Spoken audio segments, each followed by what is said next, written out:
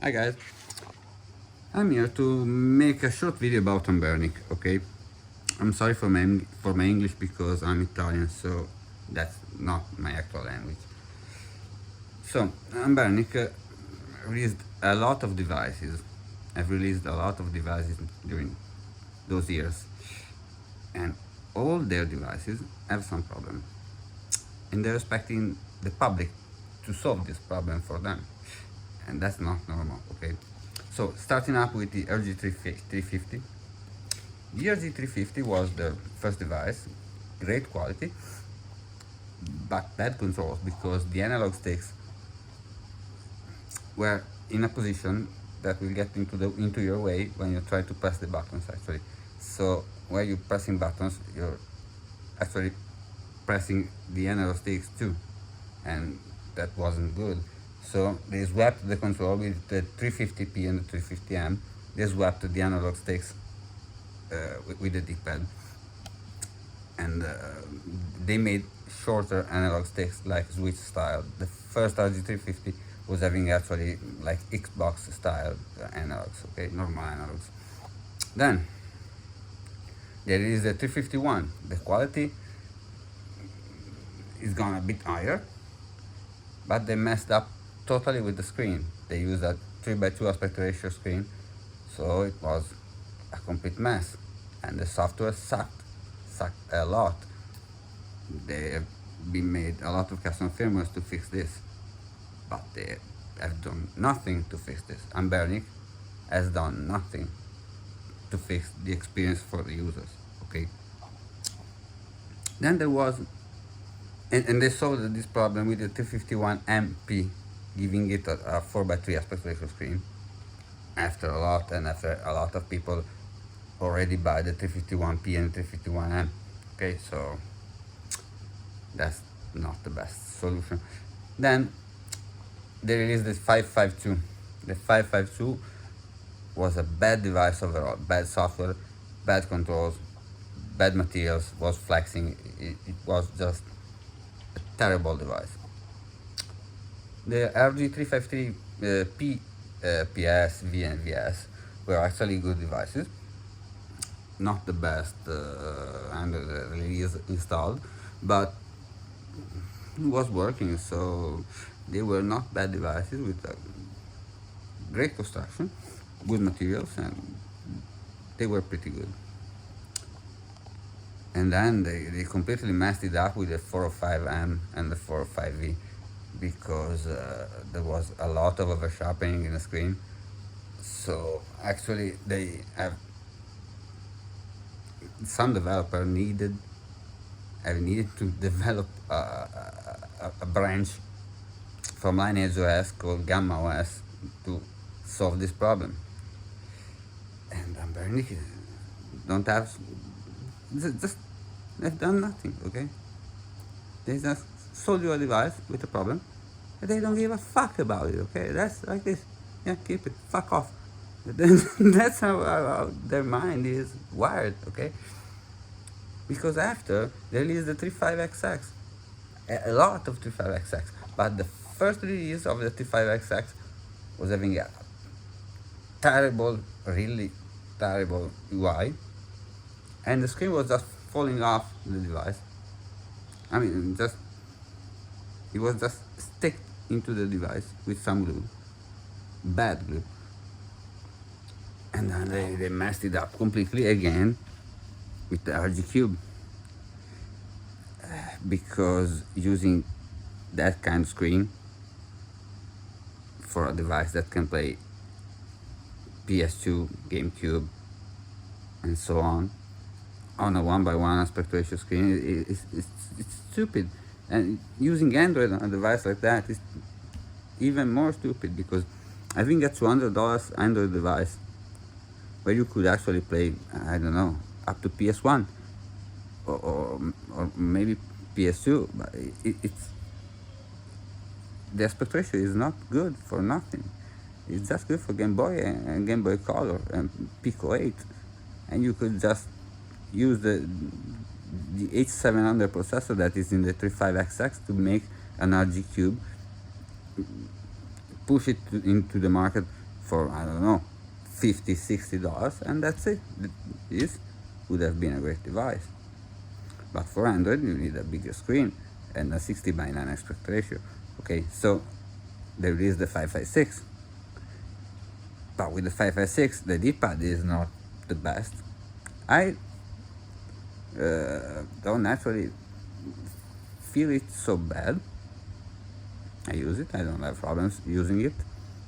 It's quite snappy. I quite like it. But the plastic sucks. The overall feeling of the device sucks. When you have it in the hands, it's a good feel because it's very ergonomic. But at the same time, it sucks. You can feel that the plastics are cheap, and you paid $200 for that. The same price that you pay for a Toy Pocket 4 Plus. Okay, that has better performance and really much better materials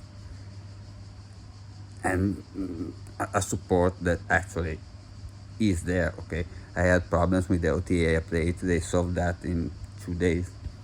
Okay, and with Anbernic, that's a mess. Okay, they just don't give a shit. They just don't give a fuck. I have a broken speaker in the RG556. It's crackling a lot. I asked Anbernic what we can do. They told me, yeah, we send you a speaker, so you can do the job by yourself. I'm able to do the job by myself, but if I wasn't, I mean, you can just send replacement parts, and there you go. You will figure out. What the fuck? This is not normal.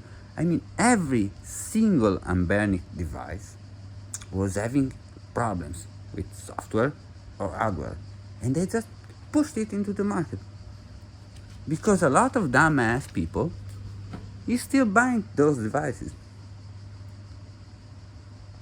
and they're not cheap. I mean, you pay $200, okay, for a device with a T820 processor. Okay, that processor is $20 on the market. Processor, RAM, everything that goes around, it's about $20. You can add other $20 to actually make the board. Okay, other $10 for the components.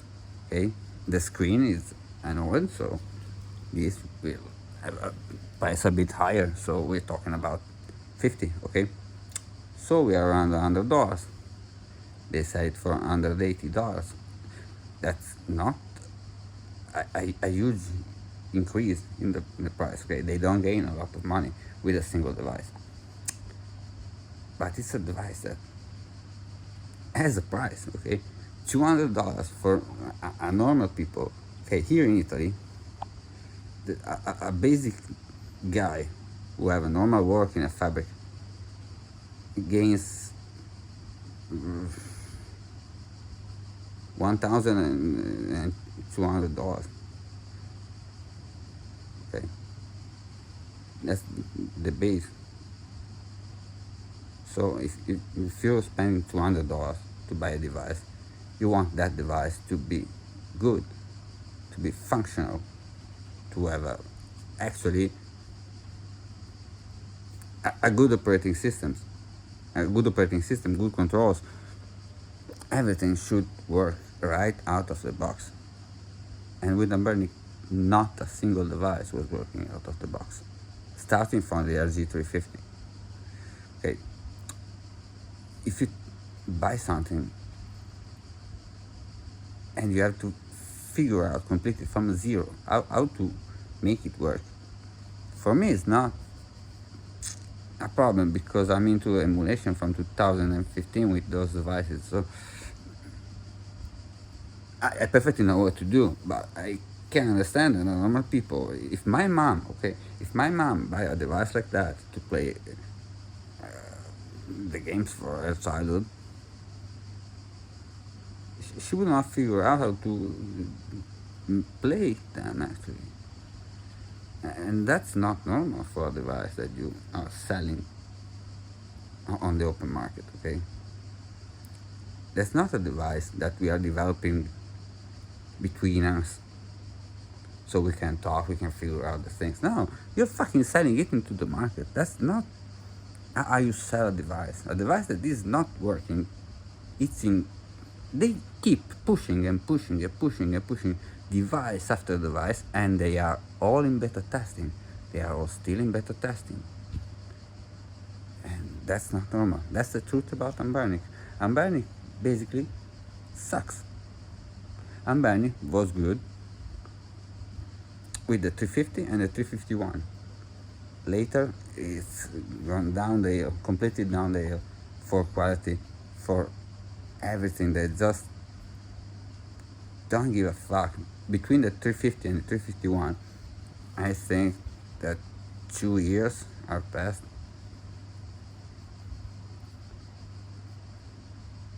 And now we have a new device every week, and they're all the same, and they all have the same problems. They don't give a fuck to solve them. They don't just care.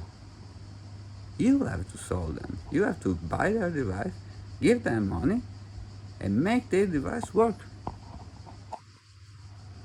And for me, that's just insane.